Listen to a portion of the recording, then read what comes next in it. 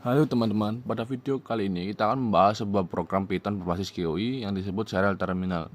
Program ini digunakan untuk menghubungkan komputer ke perangkat melalui port serial, membaca data yang masuk, mengirim data, dan mendukung hex mode untuk menampilkan batch secara jelas.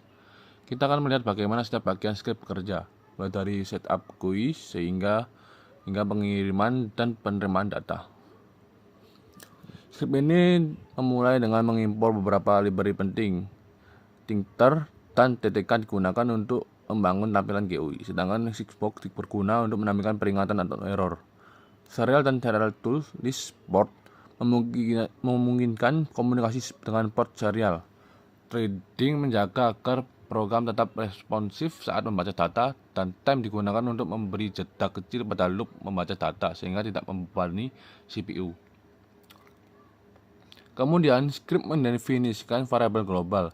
Var menyimpan objek serial port aktif, sementara isRunning menandakan apakah koneksi sedang aktif atau tidak.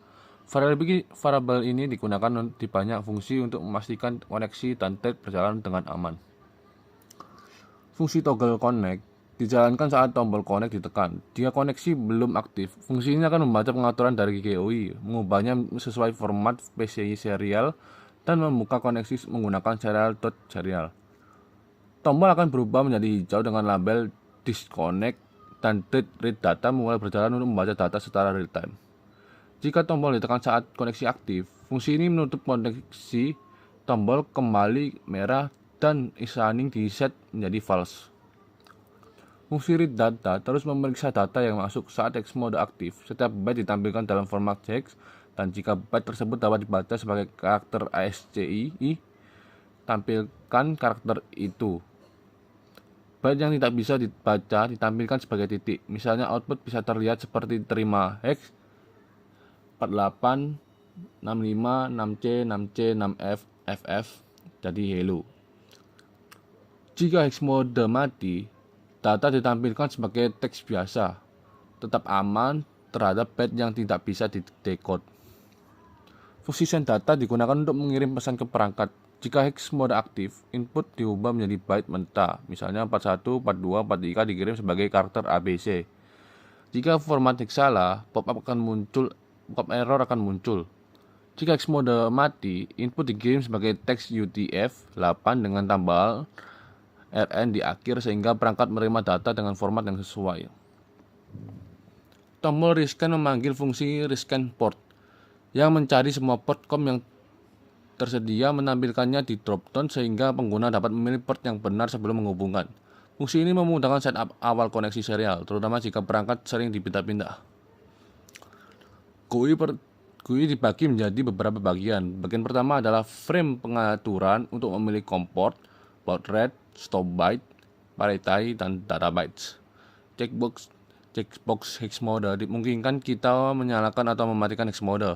Ada tombol connect dan rescan serta teks area untuk menampilkan data masuk dan keluar.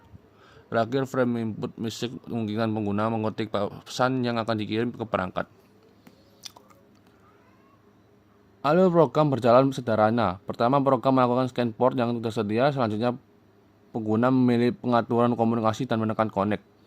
Thread membaca data mulai berjalan, menampilkan data di teks area. Jika hex mode aktif, data muncul dalam format hex sekaligus karakter ASCII.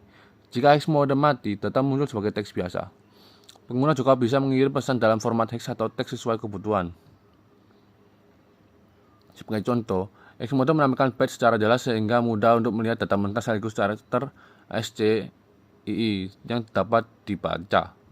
Byte yang tidak bisa ditampilkan sebagai karakter akan muncul sebagai titik. Ini sangat membantu untuk debugging protokol binary atau komunikasi dengan microcontroller, karena setiap byte terlihat presisi. Demikian penjelasan lengkap script serial terminal Python ini. Program ini memungkinkan kita membaca dan mengirim data secara aman dan fleksibel, terutama saat menggunakan hex mode.